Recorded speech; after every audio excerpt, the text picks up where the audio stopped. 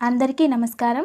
దక్షిణాయనం వర్ష ఋతువు భాద్రపద మాసం కృష్ణపక్షం సప్తమి మంగళవారం మృగశిర నక్షత్రం.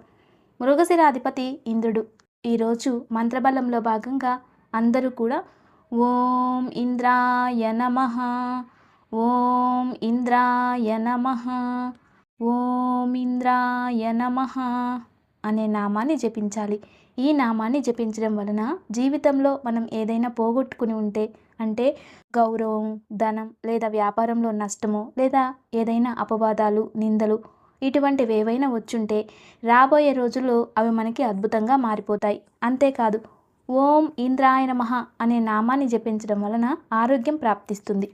ధనం, ధాన్యం, సుఖం, సంతోషం ప్రాప్తిస్తాయి. సుఖభోగ భాగ్యాలు కలుగుతాయి. అంటే మీ జీవితంలో ఏదైతే లోపం అనిపిస్తుందో అవి వృద్ధిలోకి వస్తాయి. కాబట్టి ఈరోజు అందరూ కూడా ఈ నామాన్ని వీలైనన్ని సార్లు జపించాలి.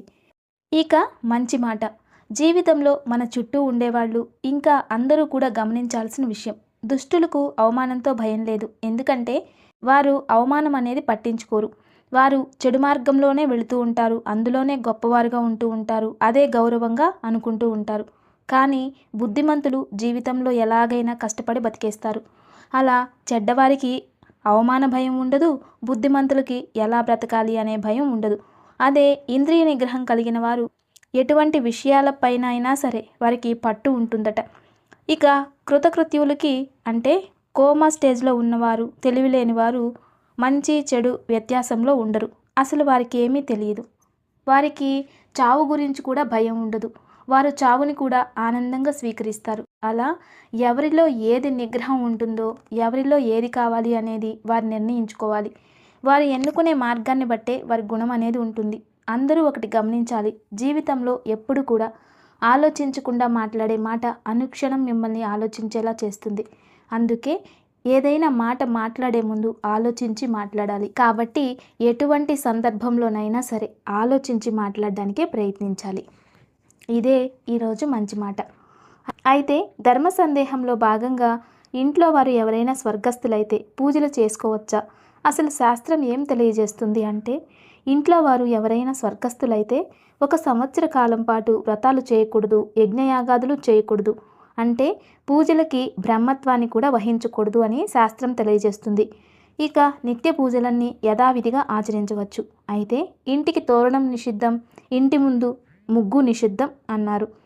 ఎందుకంటే బయట తోరణం కట్టి ముగ్గు వేస్తే ఆ ఇంట్లో ఏదో శుభకార్యం జరుగుతుందని అతిథులు వచ్చేవారట. అంటే మంగళం అనుకుని సాధువులు, సత్పురుషులు లాంటి వారు వచ్చేస్తారు అని ఈ తోరణం ముగ్గుని వేయకూడదు అన్నారు. అదేవిధంగా కొందరి ఇళ్లల్లో అయితే 12 రోజుల వరకు స్త్రీలు ఎటువంటి అలంకరణ చేసుకోరు. అంటే చూడగానే వీరేదో శోకంలో ఉన్నారు అని తెలిసిపోయేదట. అంటే అదొక గుర్తుగా అలా ఆచరించేవారట. కానీ ఇంట్లో పూజ చేయకూడదు అని ఎక్కడా ప్రస్తావించలేదు. అయితే 14 రోజుల వరకు పూజలు చేయకుండా ఆ తర్వాత నుండి యథావిధిగా పూజలు ఆచరించవచ్చు. ఆ సమయంలో నిత్యం దీపం వెలిగించడం వలన మానసికంగా ధైర్యం వస్తుంది. ఇంట్లో పూజ గదిలో విగ్రహాలు ఎటువంటి అలంకరణ లేకుండా ఉండకూడదు.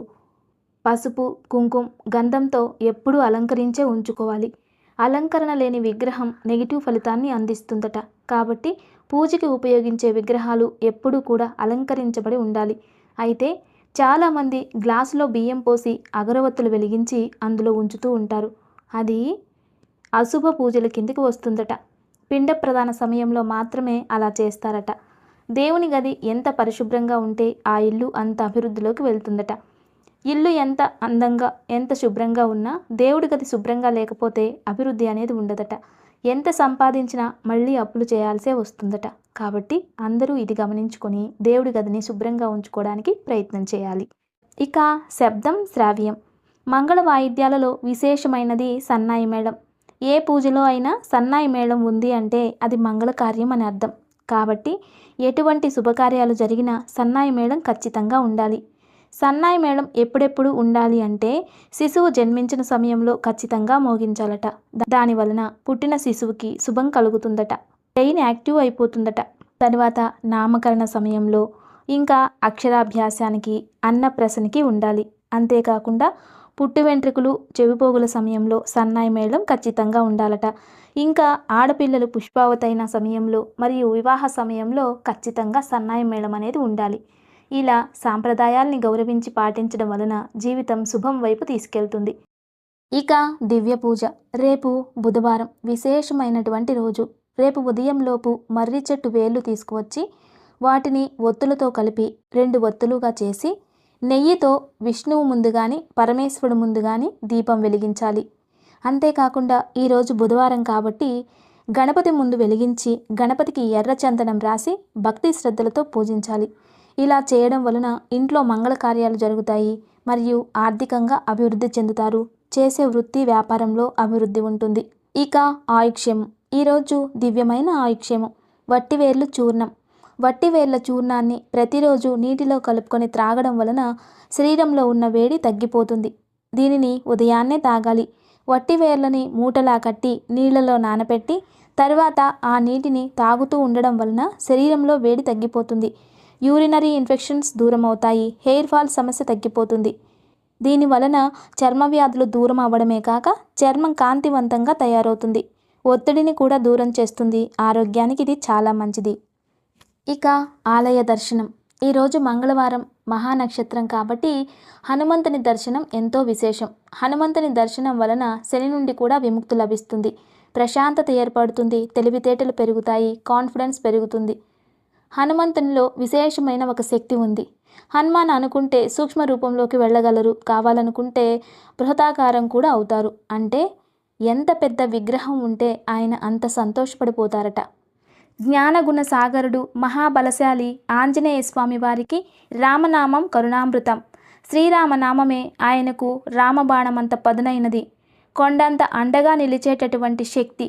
2 తెలుగు రాష్ట్రాలలోనే అతి పెద్దదైన వీరాంజనేయ స్వామివారి విగ్రహం ఉన్నటువంటి దేవాలయం యొక్క విశేషాలు చూసి తరిద్దాం. గుంటూరు జిల్లాలోని పొన్నూరు పట్టణం ప్రధాన రహదారికి పక్కనే ఉన్నటువంటి గోష్ఠీవనంగా పిలువబడే ప్రాంతంలో శ్రీ వీరాంజనేయ స్వామివారి దేవాలయం నిర్మితమై ఉంది. ఈ ఆలయానికి జగద్గురు జగన్నాథ స్వామివారి ఆధ్వర్యంలో 1938లో శంకుస్థాపన జరిగింది. నిర్మాణాలు కొనసాగి 1955లో స్వామివారిని ప్రతిష్ఠించారు. అప్పటి నుండి ఈ ప్రాంతానికి భక్తులు విరివిగా రావడం ప్రారంభించారు. 1958లో ఇక్కడ దశావతారాలను కూడా ప్రతిష్ఠించారు. ఈ ఆలయంలోని ఆంజనేయ స్వామివారి విగ్రహ నిర్మాణాన్ని 1962లో ప్రారంభం కాగా 7 సంవత్సరాల పాటు ఈ విగ్రహ నిర్మాణం జరిగింది. 1969 ఫిబ్రవరి నెలలో శ్రీ ఆంజనేయ స్వామివారి విగ్రహాన్ని ప్రతిష్ఠించారు. 20 అడుగుల ఎత్తుగల శ్రీ వీరాంజనేయ స్వామివారి విగ్రహం చిలకలూరిపేటకు దగ్గరలోని ఎడ్లపాడులో రూపుదిద్దుకుంది. అలాగే ఇదే ఆలయంలో నెలకొని ఉన్నటువంటి 30 అడుగుల ఎత్తు 15 అడుగుల వెడల్పు గల శ్రీ గరుత్మంతుడి విగ్రహాన్ని గుళ్లపాలెంలో చెక్కించారు. ఈ 2 విగ్రహాలు ఈ క్షేత్రానికి ప్రధాన ఆకర్షణగా అలరారుతుంటాయి. ఈ దేవాలయ ఆవరణ సుమారుగా 15 ఎకరాల విస్తీర్ణంలో నెలకొని ఉంది. నిజానికి అత్యంత ఎత్తు బరువుగల ఈ వీరాంజనేయ స్వామివారి విగ్రహ రూపకల్పన జరిగిన తర్వాత ఆ విగ్రహాన్ని పొన్నూరుకు రప్పించేందుకు ఎన్నో వ్యయ ప్రయాసలు పడాల్సి వచ్చిందట. కానీ స్వామివారి అనుగ్రహం వలన ఊహించిన దానికన్నా కొంత సునాయాసంగానే స్వామివారి విగ్రహాన్ని పొన్నూరుకు చేర్చారట. అయితే ఇక్కడ ఆంజనేయ స్వామివారికి ప్రతి ఆదివారం, మంగళవారం, శనివారాలలో విశేషంగా అభిషేకాలు, ఆకుపూజలు వైభవంగా జరపబడతాయి. మన భారతదేశంలోని హిందువులే కాక ప్రవాస భారతీయులు సైతం ఈ స్వామివారిని దర్శించుకుని తరిస్తూ ఉండడం విశేషం. ఇక్కడ స్వామివారు వీర రూపంలో ఉండడం వలనే వీరాంజనేయ స్వామివారిగా వ్యవహరిస్తారు. అయితే ఆంజనేయ స్వామివారి ముందు ఉన్నటువంటి అఖండ జ్యోతిలో తైలాన్ని గనక పోస్తే భయాలు, అనారోగ్యాలు, రుగ్మతలు దూరం అవుతాయని భక్తుల నమ్మకం. ఈ దేవాలయం ప్రాంగణంలోని ప్రతి దైవం ముందు అఖండ జ్యోతి ఉండడం ఈ ఆలయ విశేషం. గరుత్మంతుడి విగ్రహాన్ని నిలబెట్టే సమయంలో ఈ ఆలయంలో ఒక అద్భుతం చోటు చేసుకుందట. కొంతమేర ఆ విగ్రహాన్ని నిలబెట్టిన తర్వాత మిగిలిన పనిని మర్నాడు చేయాలనుకుని అందరూ ఇంటికి వెళ్లారట. రాత్రివేళ ఒకానొక సమయంలో పెద్ద శబ్దం రావడంతో అందరూ వచ్చి ఆ ఆలయంలో చోటు చేసుకున్నటువంటి వింతని అలా చూస్తూ ఉండిపోయారట. అంటే గరుత్మంతుడి విగ్రహం పూర్తిగా నిలబెట్టి ఉందట. నిజంగా ఇది ఆ దైవలీలే, అవును కదా. మరి ఇంతటి మహత్తరమైన ఈ దేవాలయాన్ని అందరూ దర్శించుకుని తరించాలని కోరుకుందాం. ఇక దివ్యమైన యోగక్షేమం. ఈరోజు సాయంత్రం ఆవు పేడతో చేసిన పిడకను గాని, కొబ్బరి చిప్పును గాని, బొగ్గులను గాని నిప్పు రాజేసి పచ్చకర్పూరం, సాంబ్రాణి, యాలకులు, లవంగాలతో ఇల్లంతా ధూపం వేయాలి. అనంతరం కుంకుమ నీటితో ఇల్లంతా సంప్రోక్షణ చేయాలి. తరువాత ఏవైనా ఆకులపై మట్టి ప్రమిదలను ఉంచి విప్ప నూనెతో కానీ, ఆవ నూనెతో కానీ, కొబ్బరి నూనెతో కానీ 2 దీపాలను వెలిగించి శ్రీ సూక్తం లేదా కనకదార స్తోత్రం లేదా పురుష సూక్తం పారాయణ చేస్తే యజ్ఞఫలం ప్రాప్తిస్తుంది. కనకదార స్తోత్ర పారాయణ వల్ల ఉద్యోగ ప్రాప్తి, ఆర్థికాభివృద్ధి, చేసే పనిలో అభివృద్ధి కలుగుతాయి. నమస్తే. Thanks for watching.